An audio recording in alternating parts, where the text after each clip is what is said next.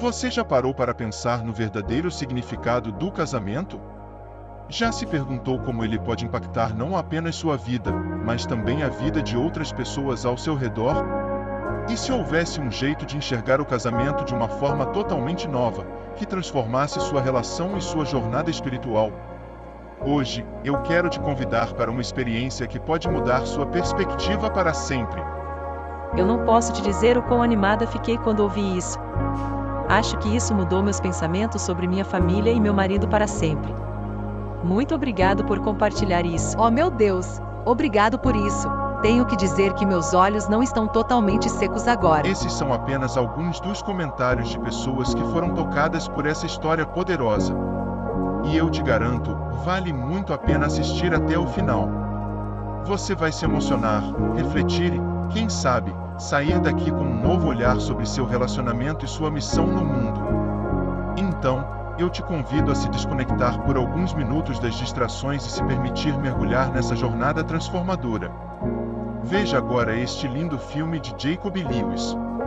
Este vídeo foi criado para apoiar o lançamento do novo livro de Francis Chan, You and Me Forever.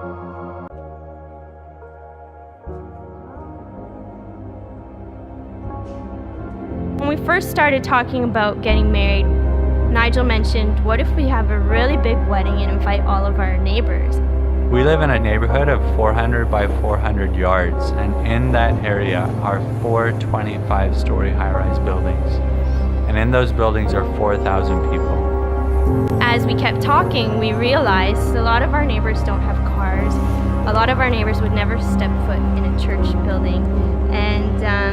And realistically, the only way they could come to our wedding is if the wedding came to them.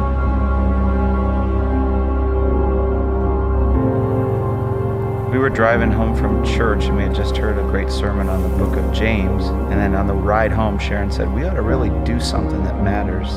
And I thought she was going to suggest we work at a soup kitchen or maybe do something on Saturday afternoons to help people. And instead, she introduced the idea of adoption. We saw a picture in a newsletter of George.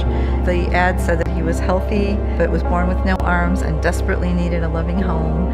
And I really felt that God was speaking to me and saying, I want you to adopt this boy. I have a plan for this boy to be in your family. And I was actually afraid to even mention it to Mike because it was such a departure from anything we'd ever done. When I was in control, I drank everything away. I drank away my marriage, I drank away my children, I drank away my relationships.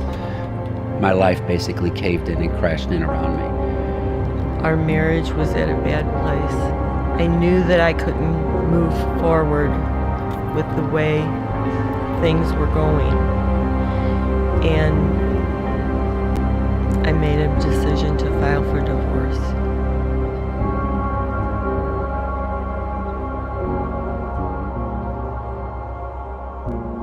Should we go out there or out here? Let's go out here because we're going to show you the wedding site and everything.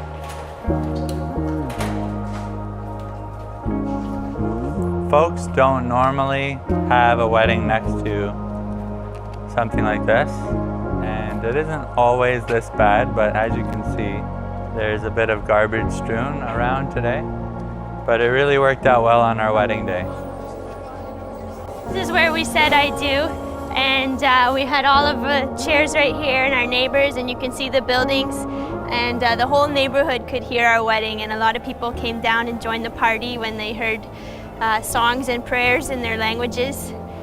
Because we wanted to include as many people as we could in our wedding, we actually ended up deciding to have 2 wedding ceremonies and 2 3-hour receptions in one day. I think as we make our major life decisions about who we'll marry, what our career will be, where we'll live, how we'll spend our time, I think we all have defaults in our life that kind of dictate or guide us in these decisions. As we were planning our wedding, there's so many cultural defaults that may not necessarily be bad or good, but they just are handed to us. And I really felt God speak to me to challenge how I would do our wedding and how we would live our lives, that our new defaults would be what would glorify God most. To paraphrase 2 Corinthians 8 verse 9, Christ, who was rich, became poor so that we, through his poverty, could become rich. And as Jesse and I were getting married, we wanted our lives to reflect this verse, to intentionally become poor in some way by moving into a high-needs neighborhood. And it has certainly enriched our lives.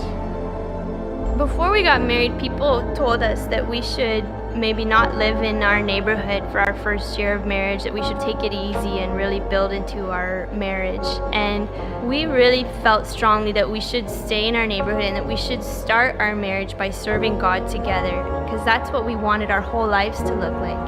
There's something powerful about seeking first God's kingdom with your spouse that makes your love go deeper and stronger than if you were just seeking first your marriage.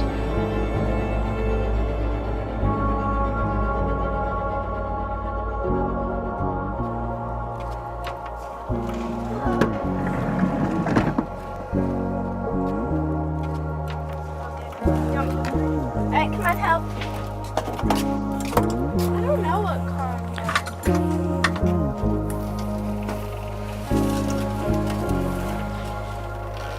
There you go. We got George home and things started to go fairly well and he got healthy and happy. And I thought, okay, we've done our deal. This is our grand contribution to the kingdom. God should be very happy with us now. And I went by the computer one night and Sharon was sitting there looking at the internet and she had found James and it said boy born in India with no arms. And Sharon had the idea, why don't we make them brothers? Wouldn't that be amazing?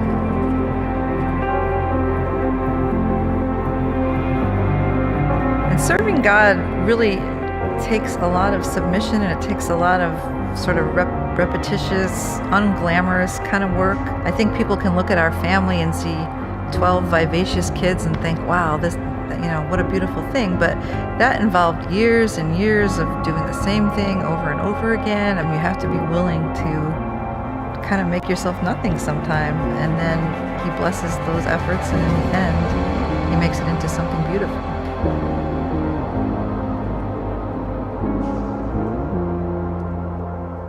With Sharon and I think it's that we actually don't focus on our marriage that makes it a great one.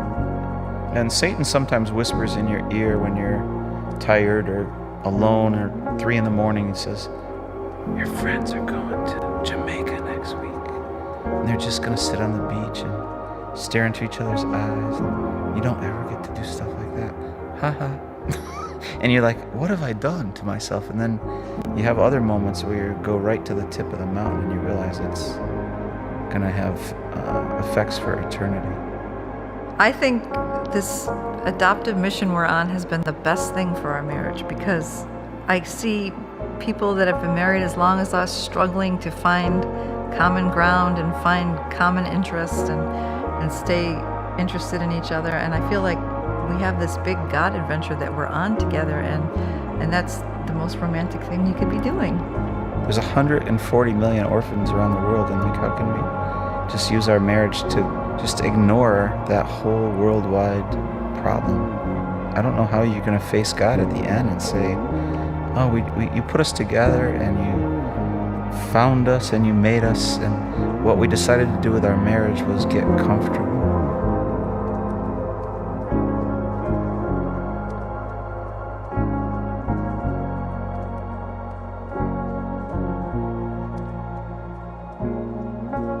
The day that Susan threw me out of the house was the day that literally saved my life.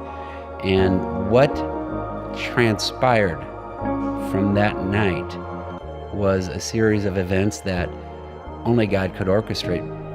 When I was working, there were Christian people around me, and they seemed like they had good relationships with their families, and that was really what I wanted.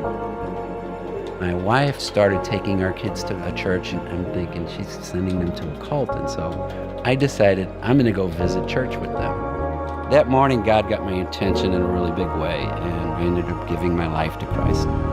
God restored my marriage. My ex-wife and I were remarried. We became best friends, but something important changed. Our marriage wasn't just about each other and our children and our home and our dreams, but it also included helping other people in any way that we could. That's where our heart for missions really started. And that's how Crisis Aid was born.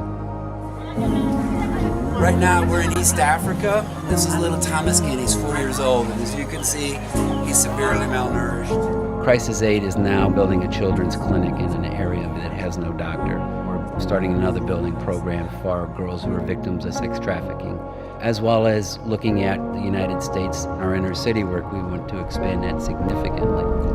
We are headed to the center. Our mission is really to reach the lost. We provide packages of food that include groceries, canned goods, meat, vegetables, and bread, just depending on what's available.